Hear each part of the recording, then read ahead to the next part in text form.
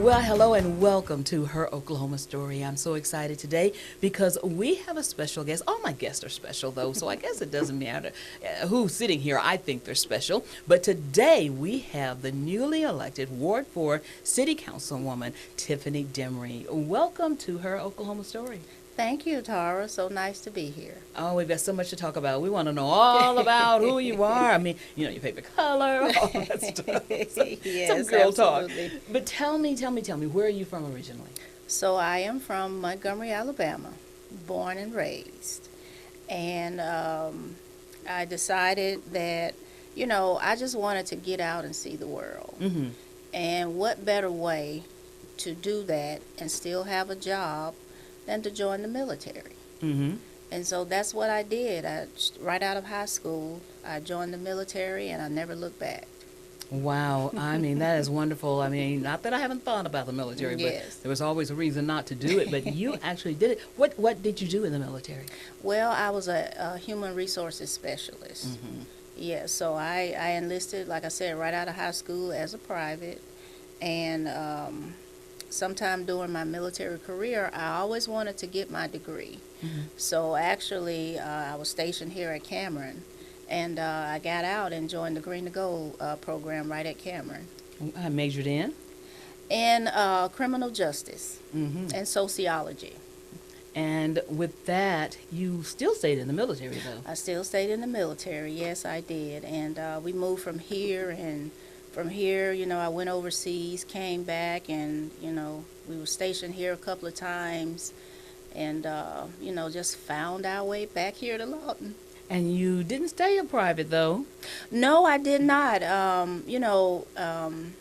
was actually, I was going to college before, Mm-hmm. and I just wanted to finish my degree. That's just something that my dad always said, hey, you need a college degree so you can get a good job and get a good retirement. Mm-hmm. And so, that was just the mentality. And so I always wanted to get my degree. And so when I got here, I think I got here in 93. Mm-hmm. And I met my husband. We started dating. And I thought, I want my degree. I was taking classes. Like during my lunch break, Mm-hmm. I would go, take classes. But it just wasn't enough. And so a friend of mine was telling me, hey, you need to check out the ROTC program at Cameron. And I thought, ROTC? I had no idea what that was. Okay. And so I went over there and I talked to them. And they said, yeah, you'd be a good candidate. So I got out of the military, joined the program. It was a 2-year program. Mm-hmm. And I got my commission. Wow. Yes. You sounds like a determined woman. Good gracious. Yes. Now, are you an Army brat? I'm not. So my father served in Vietnam, Mm-hmm. and he got out, but nobody else in my family was in the military. Oh, okay. So, I'm the only one. Was your mom surprised when you chose the military? You know what? What I did, because my dad, when I hinted at it, he was like, "Oh no, you don't want to do that." And so what I did, Tara, was I went down there. I did all of my enlistment stuff. I got sworn in, Uh-huh. and then I told him. Ah. I did, because there was nothing he could do about it at that time. Mm-hmm. So when I told him, he literally had a fit. I bet he did. He had a fit. Did your mom cry? No, she was happy. Mm-hmm. She was happy. And so what happened was, when I got the basic training, I started sending money home. Oh. And so when I would call home and talk to my dad, he was like, well, aren't you glad you joined? Oh. And I'm like, okay. So There's an about face for you. right. So he did an about face, but he was so proud. He got to be there when I pinned on Major, Oh my goodness. and he had tears in his eyes. I bet he did. And so that was a moment.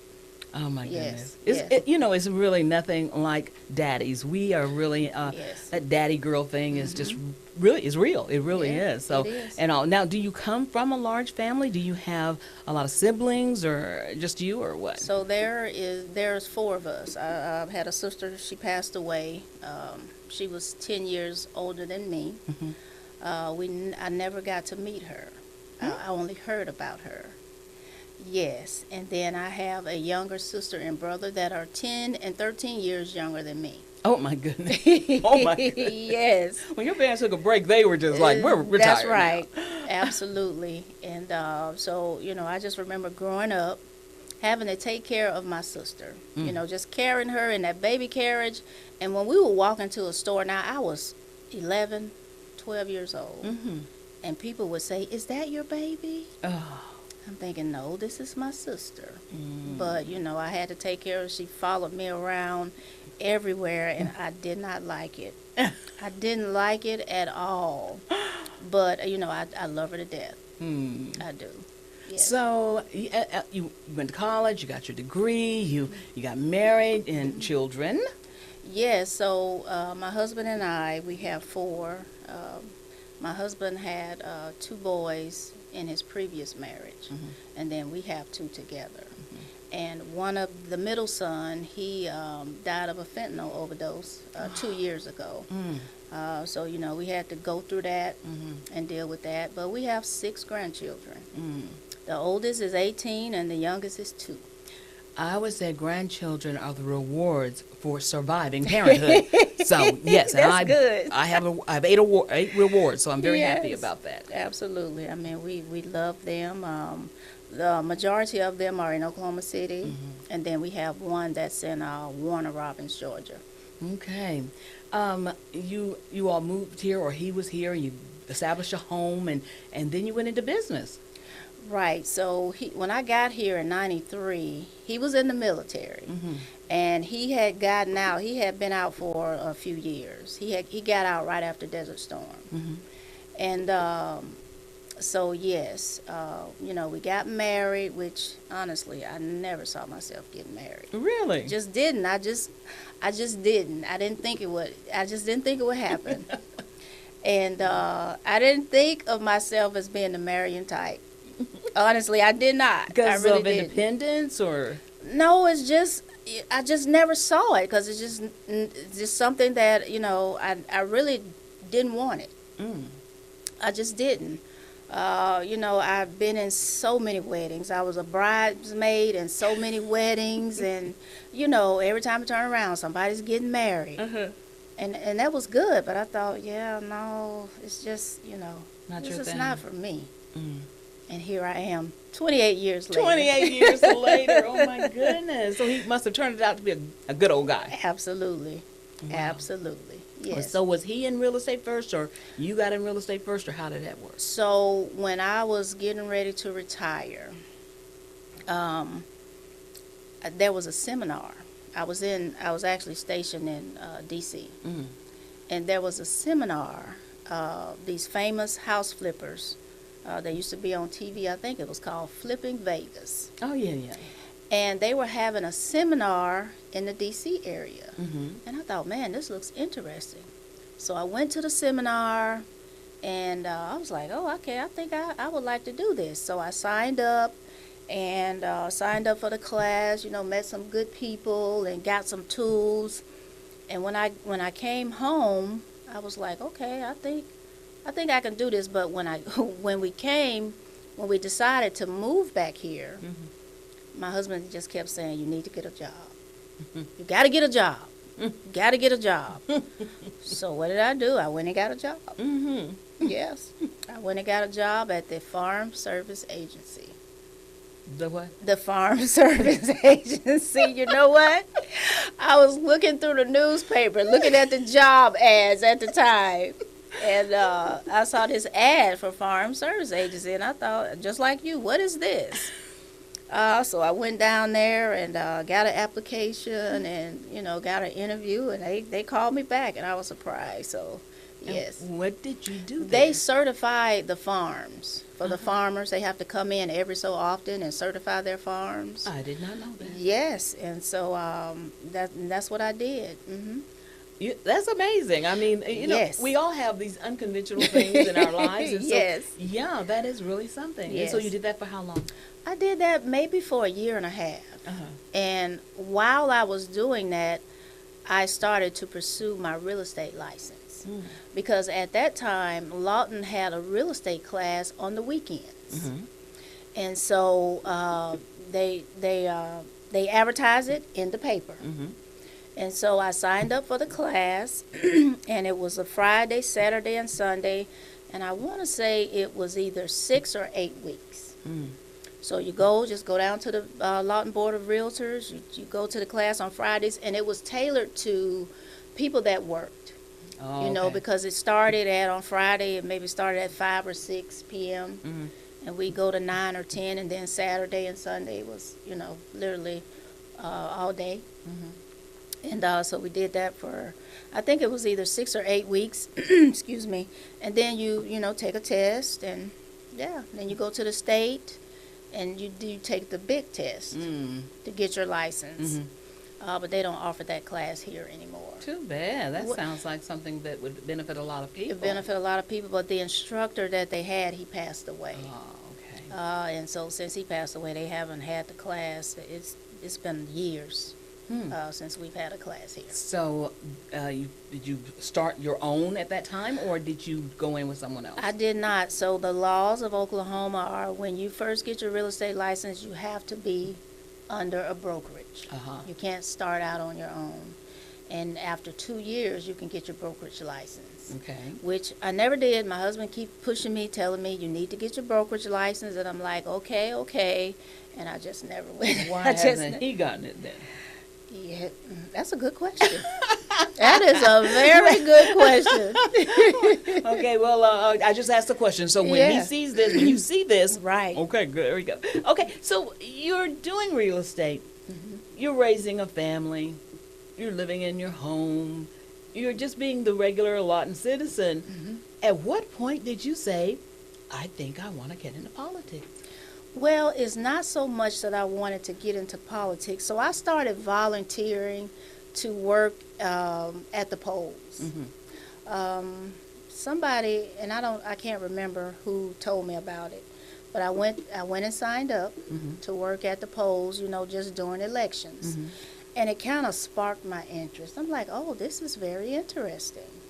And so I did that, and the election board asked me if I was interested in being an inspector, meaning you're over the precinct that you work at. And so I was like, sure. But they give you training and all that stuff. And so actually I was in Ward 2, working as a precinct official. So, just when we have an election, you set up, you go down to the board, you get your materials, you set up the voting machines, and you get your ballots, and you put all the materials out and the signs and all of that, and you open the polls. And I did that for some years, and I really loved it. I did. But that, it kind of sparked some interest. But, this time around, I thought, hey, listen, we're making this our home. We're making Lawton our home. And what better way to give back and try to contribute more and have an impact on the community. And so when the opportunity came, my husband said, you need to go put your name on the list. I love how he consistently says what you need to do. You need to get your brokerage license. You need to get a job. You need to. Right. I just love that. So, but then you moved to Ward 4. So we've been in Ward 4. So when I retired in 2014, we had a house over in Sungate that we bought the second time I was stationed here. And so it just, honestly, economically, it just made sense. We thought we were going to go to, stay in Columbus, Georgia. We bought some property, we were going to build a house. And, God had other plans. It just didn't work out that way. People don't understand, though, that there's something that happens when you move to Lawton. There's this thread that gets around you, and you can't go away. Yeah. Can't leave for good. It doesn't work that way. It just sucks you in. Yeah. Everybody who comes to Lawton has a notion of what it is or what it isn't. What did you think about Lawton when you came? Well, the first time I was young, and I lived on base. So honestly, I wasn't paying attention. It was about having fun and Of course. going out with my friends and clubbing and all of that stuff. So I really wasn't paying attention to the surrounding area. So it didn't matter what was here. Yeah, it didn't matter. Okay. And when you came back the next time, more mature, Yes, paying attention, paying attention. what did you see? I saw a community that you could really raise your family. Because when I came back the second time, I was married with children. And so we still, we bought a house over in Sungate. So we always, not always, but we lived over here on this side of town. And I thought, this is the perfect community to raise your family and to live, and just to make a life. Right. I've never been a big city girl. I mean, Montgomery, Alabama is about like Oklahoma City, as in population and size. And, I consider myself a country girl. So this was right up my alley. Yes. So, in the course of time and with your decision to run for city council, what do you see changing or happening in the city? What do you want to see for your ward, first of all? Well, first, I want to restore trust back with the people. Because as I was going out and knocking doors and listening to people, honestly, they felt like nobody is listening to them. Nobody. They felt like if they had a concern and they contacted the city or, the councilman, that, nothing would happen. And so I want to make sure that they know that I'm for them. Like I said before, I am a vessel, but the people have the voice. So I am really advocating for the people. Progress will continue. Roads, all of that stuff, infrastructure, a city, can't grow without infrastructure. We always vote on those things. And so those things will continue. None of that will change. None of that will change. But, I think I bring a more personable perspective to the council. Is that what you see as the difference between the now past councilman and yourself? Well, yes, and it's also a matter of respect. When people feel respected, they're more likely to, help you. They're more likely to back you and listen. But, when you disrespect people and, you don't listen, then they don't care and they have an opinion. People have an opinion of the council that, is not good. Yeah, it's not, and I've heard it too many times. Really? They don't do anything at the council, or they're not this. They don't listen.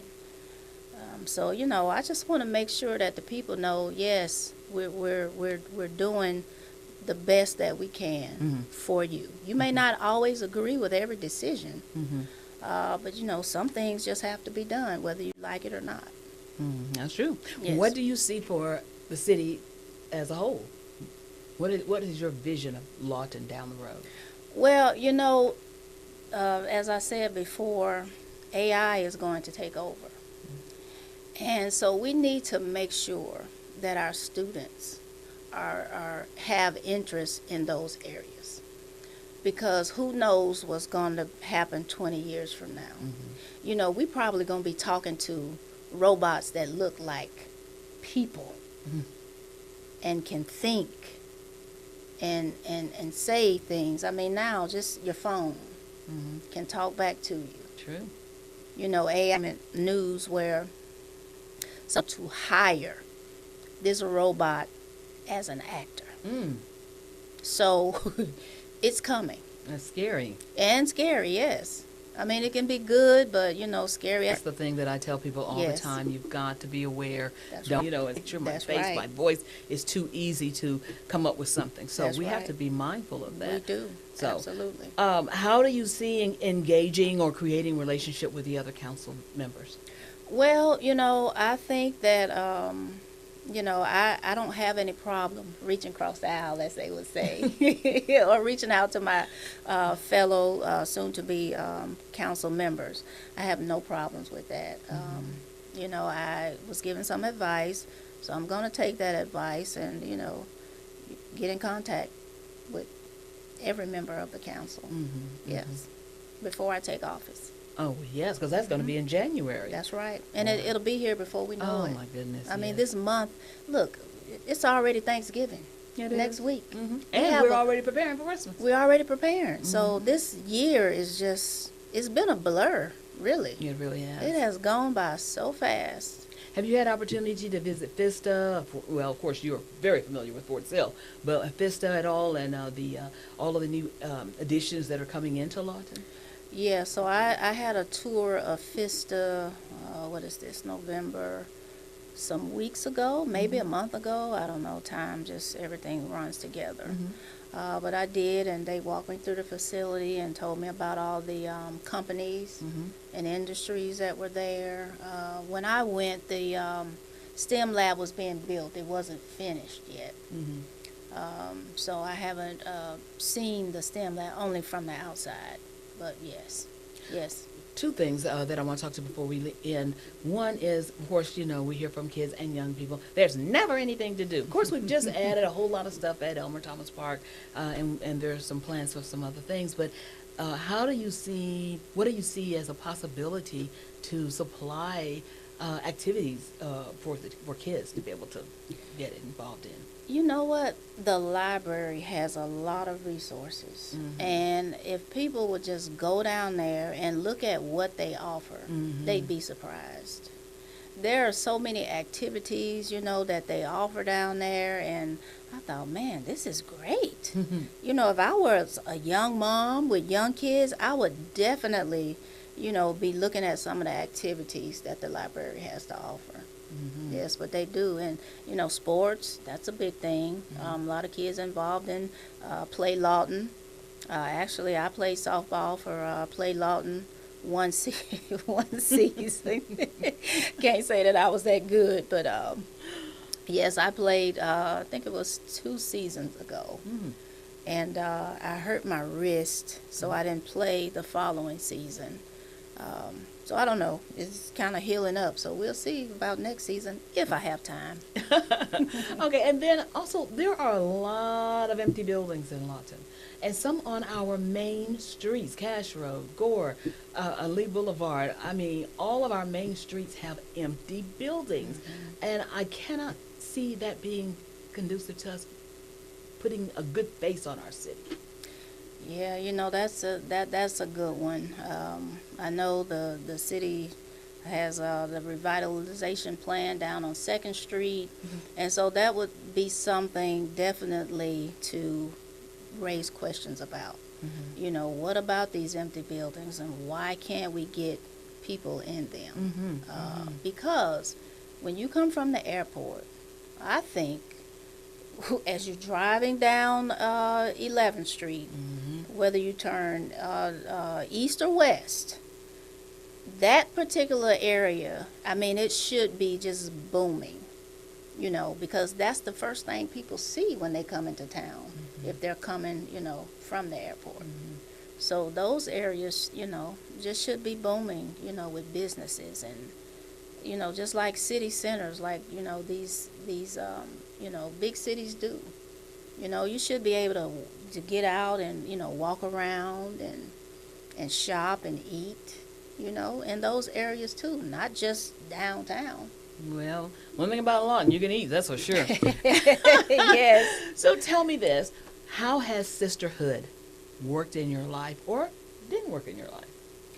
You know what? Sisterhood is great because you can lean on your sisters. They give you encouragement and, just tell you you can do it. And I just love it because they support you. Regardless of what it is, they're going to support you no matter what. And it's just, nothing like a sisterhood.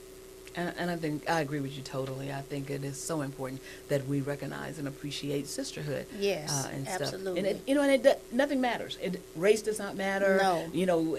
Wealth does not matter. None of it matters. One Nothing. sister to another.